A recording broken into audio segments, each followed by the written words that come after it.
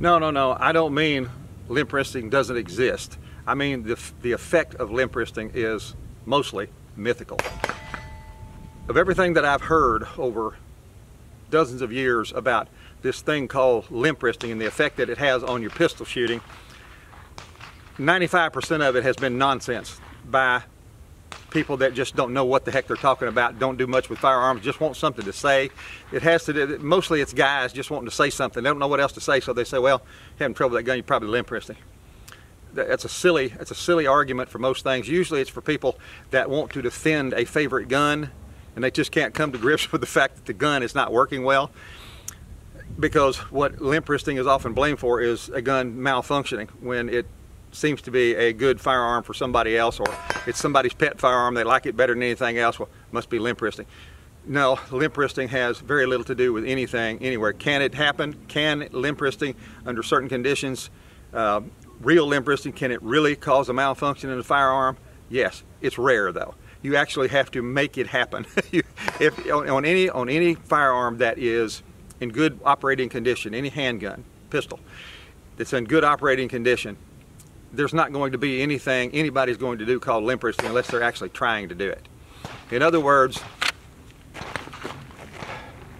I've seen somebody make a Glock fail by simply letting the gun just flop in their hand.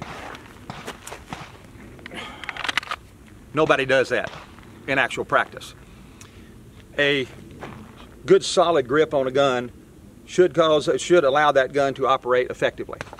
But guns have to be made with a wide tolerance for grips, because a gun may have to be shot one-handed, and there's nobody, once you go from a two-handed grip to a one-handed grip, nobody on earth can grip a gun nearly as hard with one hand as they can with two. You may have to go to a offhand, if you're right-handed, you may have to go to a left-handed grip if you're injured. Those guns have to operate under a wide range of conditions, under a wide range of grips, and with a wide range of hand sizes and strengths in people. And a gun that is in good operating condition, a gun that's built correctly, a gun that's built the way it should be for a defensive handgun, should operate under that wide range of conditions, even with less than ideal grips and grips that are not very strong. That's not limp wristing, that's just a lighter grip. I've seen people trying to promote guns. I've seen people trying to promote guns for companies they work for, and showing that there's some problem with something like a spring or something, and they'll shoot the gun with a good strong grip, and then they'll relax just a little bit and the gun will fail.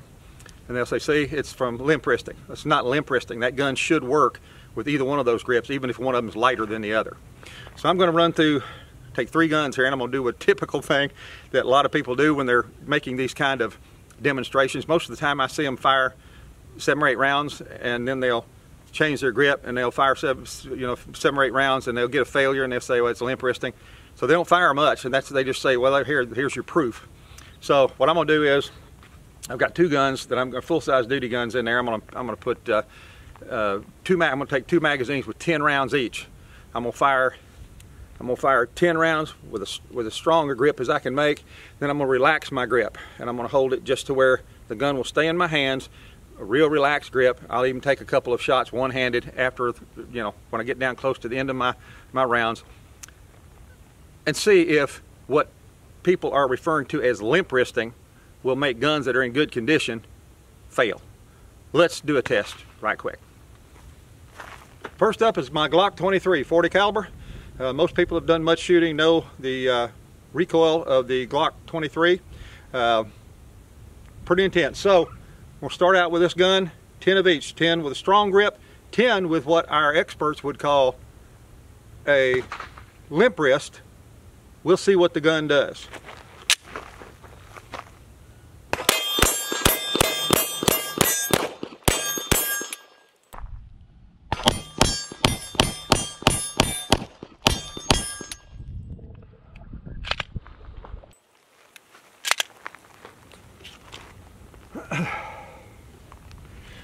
Obviously no problem with the strong grip. Now we'll see what happens with it limp wristed. Very, very light grip. Very light grip. It's going to happen. It's weird.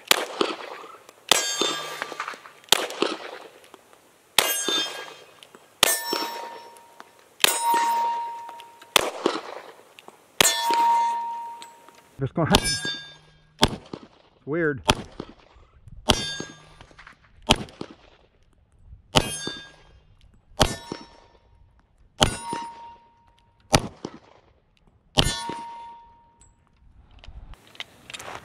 No failures. If I'd held it any less than that, if I'd held it any looser than that, it'd be on the ground. So much for limp wristing on that one. Next, Smith & Wesson Shield in 45 ACP. I got 2 magazines loaded with 6 rounds each. It's a hard charging little subcompact gun in 45 ACP. First shots will be with a hard, strong grip.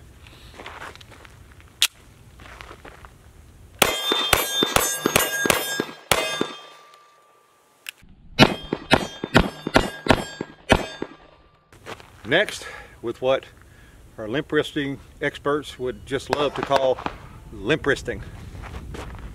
Kind of scary with this gun.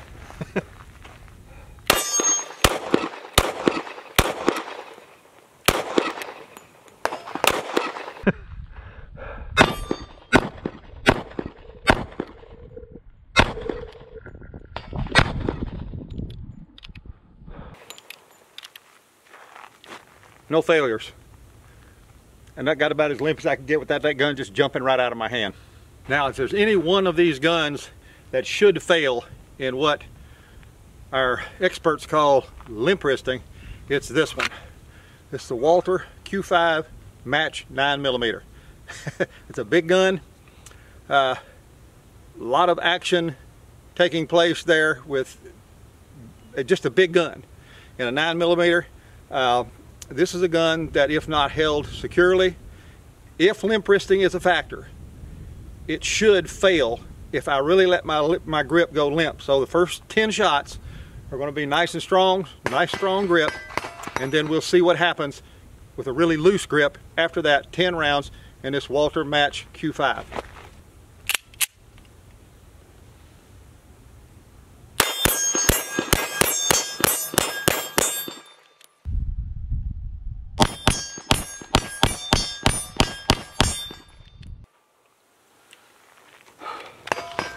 No problems with a strong grip. Now I'm going to do everything I can. I'm going to do everything I can to make this gun fail with a loose grip. First with 2 hands, 1 hand, then left-handed. Real loose.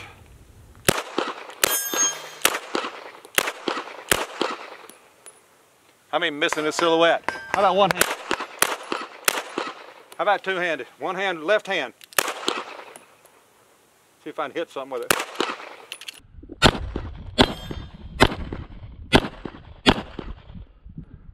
I'm even missing the silhouette. How about 1 hand? How about 2-handed? 1 hand, left hand. See if I can hit something with it. Can't even hit the, it's so loose I couldn't even hit the silhouette from 25 feet here. No failures. The gun kept firing. Now, I didn't make this video to try to make anybody mad, and what I'm probably going to get down in the comments is a bunch of raving and carrying on about limp wristing and some anecdotal stuff that they have to tell, but I suspect most people that have done any shooting and have tested this out know better than what they see about most comments and expert commentary on what limp wristing actually is and what effect it has, which is, for most people, it's none.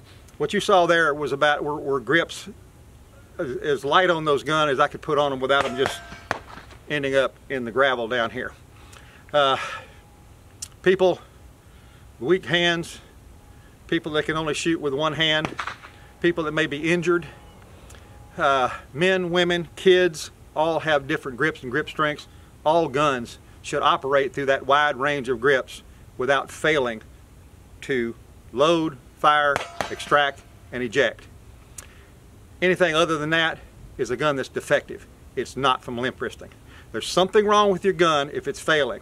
Even if it's good, when you've got a good tight grip and you loosen up just a little bit or hand it to somebody else and that gun won't fire, or it fails somewhere in the process, there's something wrong with the gun.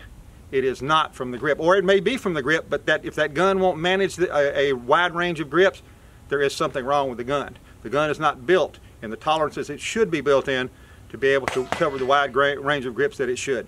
So, limp wristing, it's real. It can happen, but it almost has to be intentional to make a gun fail by having your wrist so limp that the gun just will not function.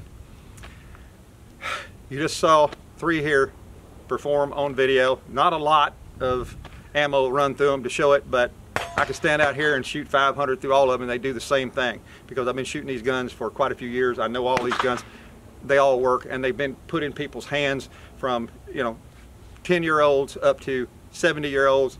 The guns don't fail, no matter how strong they're gripped.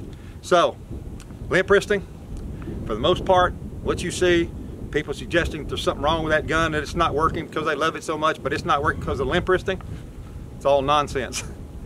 Get a hold of your gun, get a good grip on it, but take that gun and know you can shoot it right-handed, left-handed, and you can shoot it with a compromised grip, and it should work.